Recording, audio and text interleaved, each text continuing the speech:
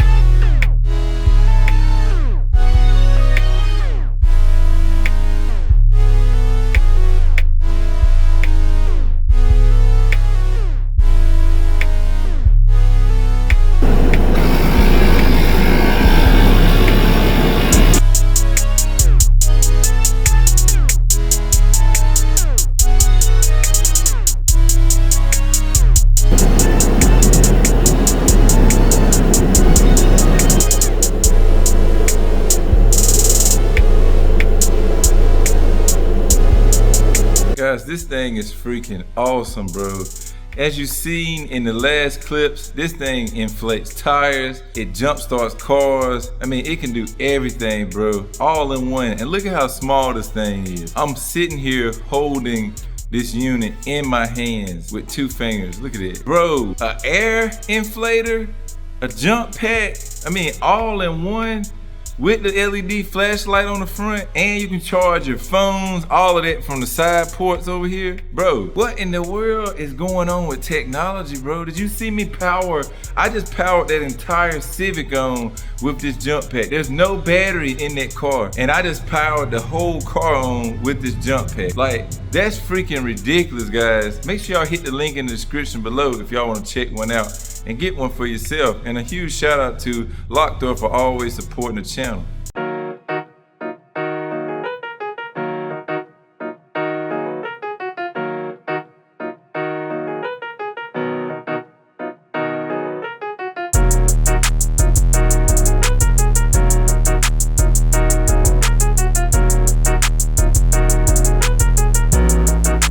What is going on YouTube? So as you can see in that last little time-lapse clip, I have another rack. So they had a really decent deal on racks at this new place. Some of y'all probably heard of it, but we just got one like maybe a month ago here where I'm at, and it's called Rural King. So it's kind of like a Tractor Supply type of place, but they also deal with automotive, which is really cool. And they have a lot of neat stuff like these racks. I mean, they got everything, motor oils, man, I got trash bags, it's like they got so much stuff, bro. Anyway, they had a good sale, man, that ended, I think, tomorrow. When y'all are watching this, it'll be the new year, so happy New Year's, everybody. It is a new year. I'm still trying to organize, start this year off right. As you can see by that last video y'all watched, we got the new project in the building, so we're gonna be doing a little more work on that in just a few minutes. But yeah, I did catch a good ass deal on these racks. This thing was 30 bucks, $29.99. They're normally 50. And I was looking at it and I was thinking that it was the same size as the ones we got from Harbor Freight, which the Harbor Freight ones are now 60 bucks. So those like this one right here, that one right here is new. I just got that one like a month ago when we did that shop cleanup video. This one here is old. This one is the one that's been in the shop probably over a year, and those are the exact same racks. When I bought this one, I feel like it was 40 bucks. It might have been a sale going on, but I feel like it was 40 bucks for this one when I bought it. Now they're $60. And I was thinking when I looked at the one at Rural King that it was the same size. It is. The only difference, the Harbor Freight ones might be a tad bit stronger, but I think this one is rated for like 100 pounds per shelf. So still definitely decent. I know the total weight, I think it said was 750 pounds for the total, like you could put up here. I think it's like 150 per shelf. It was something pretty damn good, guys. So I had to jump on that, 40 bucks. No, 30 bucks, and normally they are 50, so they're still $10 cheaper than the Harbor Freight ones. So if this one works out pretty decent, I might go grab one or two more. And the goal is to try to line as many up against the wall as I can to try to get my stuff up off the ground. Like before, really recent, I did not take storage serious, and because of that, when I tear cars apart, most of the time I sell stuff dirt cheap, like try to get rid of it quick, or I end up junking a lot of stuff that, I mean, I'm not gonna say I junk like really important stuff, but sometimes, man, it'd be pretty decent stuff like starters and whatnot. Like a lot of times I don't hang on to stuff too long just because I don't really have the storage area set up for that type of, commitment. So I'm trying to get a little bit more set for that type of stuff, man, because I don't mind keeping little items. I'm not gonna keep a bunch of engines and stuff like that, but I don't mind keeping little items like pieces to the car, like little trim pieces and stuff like that. I don't mind holding on to that stuff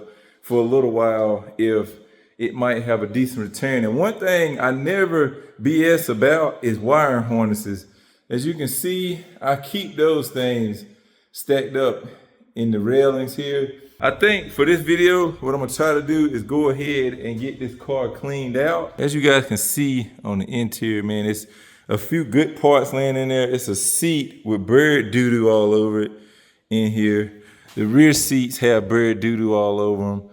The steering wheel has bird doo-doo on it. Yeah, bird doo-doo on the freaking steering wheel. Like, what the heck? Bird doo-doo everywhere. I might hit up Bullboost, see if we can get a steering wheel for this thing, and that'll help clean up the interior some. But the rest of this stuff, like this center console stuff, I'm just gonna take all of that apart. We're gonna give it a good cleaning and get all of this. I'm gonna probably pull all of this back seat out because I still want to try to find a EK with a good interior that we can just swap into it. I'm not worried about carpet in this car. This car is probably not gonna have carpet, but I do want to have a full interior, like rear seats, front seats. I'm gonna go ahead and get started, try to pull some of this stuff out. Hopefully we can find some decent parts that we can use as far as putting the car back together. I'm not that hopeful for it, but it'd be nice if we can. And yeah, I guess I'm gonna put y'all on a little time lapse, get started, and I'll check in with y'all along the way.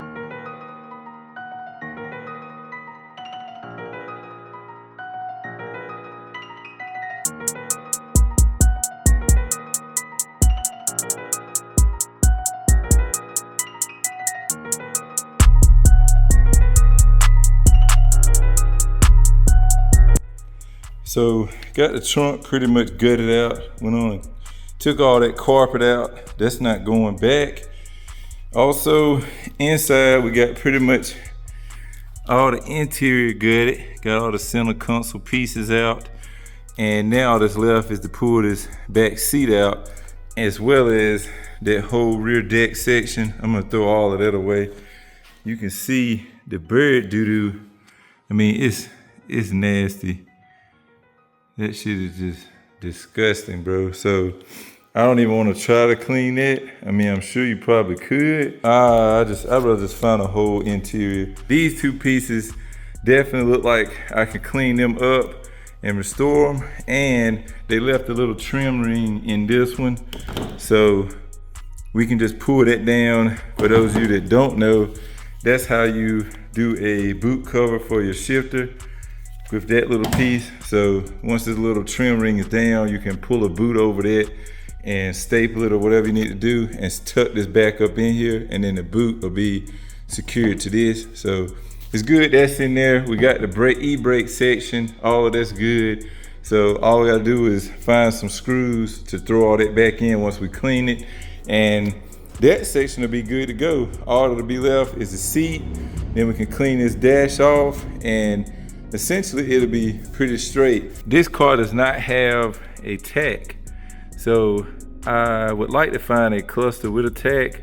Thankfully my other EK does have a tach, so when we get ready to do that one, we won't have to worry about all these issues with that one. But I do need to I want to find a cluster with a tach to put in here, And if I'm not mistaken, I believe that the CRV ones will work in the EK2. So that should broaden my range a little bit.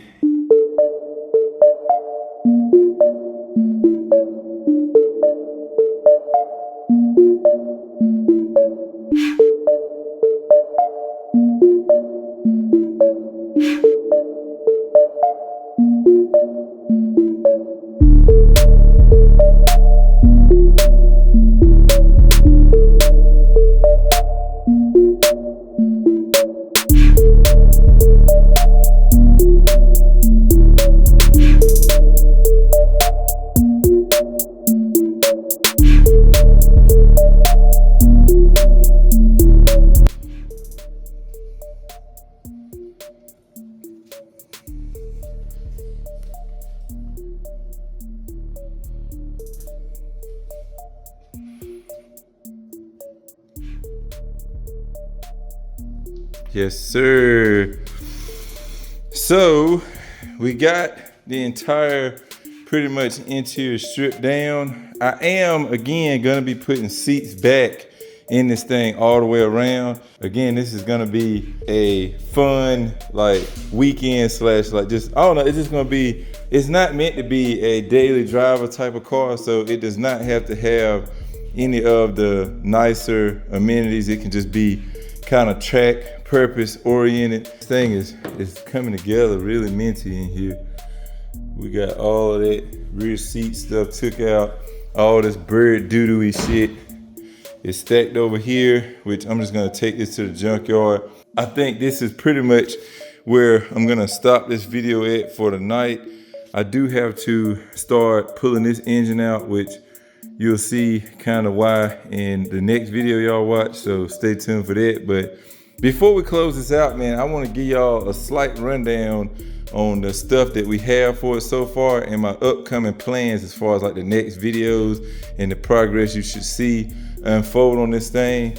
So Maxpeedingrods is on board, full support. You saw that in the last video with the coilover set. And here is their EK B series mounts. It's all 3 engine mounts and the bracket for the driver side over there. So we got the B series mounts already. Up here we have in this box a alternator relocation bracket, which for those that know with the H2B setups, and I mean you could use it for anything really, but if you're not running AC, you can run this bracket and this will drop your alternator down lower and give you more room up top, which is what I did with the Turbo CB7, and it really helped with the downpipe. Now I'm not running downpipe, I'm going up pipe, but I still think this will give us a lot more room to wind that up pipe up and out of the hood. So that's why we're running that, but that's also Maxpeedingrods. In this bottom box here, we have the good old silicone hose kit, and this is for, I want to say this is for this generation CIVIC. So it's just 98 to 2000 D series hoses. This will definitely stretch over the F23 inlets and outlets and work just fine. So that's gonna work because the radiator is gonna be mounted in the exact same spot that it would factory. And we are gonna be trying to use this radiator first. If that doesn't work, what I might do is just get a slim fan, but I would like to use this factory fan and everything. I feel like that would cool the best, aside from me just slapping an eBay slim fan on it, but I will do it if I need that space. So we'll see once we actually get the motor in the car with the turbo and see like where it's landing. This is one of Maxpeedingrods' new turbos. These things right here are like, these things are freaking dope. This right here would be more comparable to like a Borg Warner, or it's a little bit better. I'm not gonna say precision, but this is a dual ball bearing V-band inlet, V-band outlet exhaust setup. So there's no like T3, T4 flange or nothing on this. This is all V-band. So you'll V-band it to your manifold, you'll V-band the exhaust out, all V-band stuff. So I was gonna run this. This is a GT30, but unfortunately, I can't find an adapter because, you know, we're going budget here. And because we're going budget, we're running the good old log Manny here with the 4 bolts. And so I need that adapter that converts from the 4 bolt to a V-band. Now eBay has them, but they don't have anything as small as what this GT30 is calling for.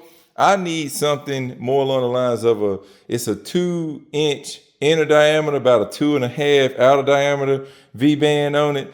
And I couldn't really find anything that was in that range. Most stuff was 3-inch inner diameter and like 3.5, 3 7/8 outer diameter. So it was a lot bigger, and that's what my biggest issue was. So I decided to go ahead and order the exact same turbo that is on the Turbo CB7 right now, which is pretty much the GT30, but it's got the bolt pattern for the T3, T4, which is what we need. Aside from that, we should be good to go on the turbo. In this box, we have a H2B kit, which, guys, H2B kits, when they were really a thing, they were kind of expensive, honestly. I remember when I bought my kit for the H2B EJ I had, I think that kit was about, I think it was like $400 or $500. It was either a PLM or a 1320. I think it was a PLM. But yeah, that thing was about $400 or $500. This kit right here, I think is around 180 or so. And I don't know why they specify this for EKs. I'm not sure why they do that. I figured H2B kits would work with pretty much any chassis because it's like basically marrying the motor and transmission. But from there, you'll just put it into whatever chassis you want, depending on what mounts you have. So I don't know why, but it's actually specified for the EK. But yeah, this is the H2B kit. It's got everything. You got your bracket for the driver's side mount that goes in here. You got your normal stuff. If you ever use the H2B, this right here kicks out your slave cylinder. Little spacer here is what goes between the crank and your flywheel. So on these setups, you run a B-series flywheel, B-series clutch, everything B-series but the motor. And this thing right here spaces out the flywheel so that with this plate, you'll still, you know, be able to engage and disengage the clutch like you need to. So really neat stuff there.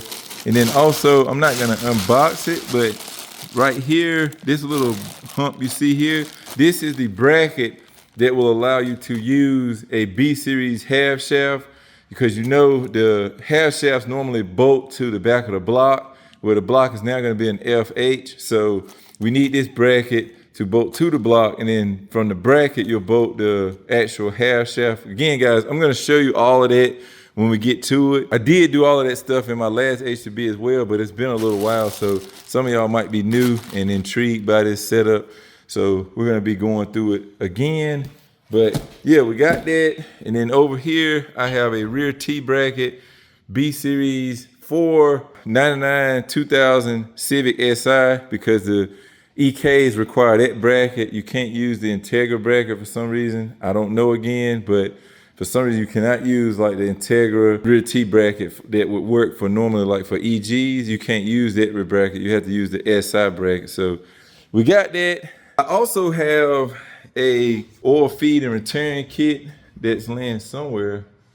Oh, in this bag right here. I also have that. So my plan was to hopefully in the next couple of videos, I want to get the motor on this engine stand that I purchased from Harbor Freight the other day. I want to get the engine on that. I want to get all the accessories torn off, alternators, all that.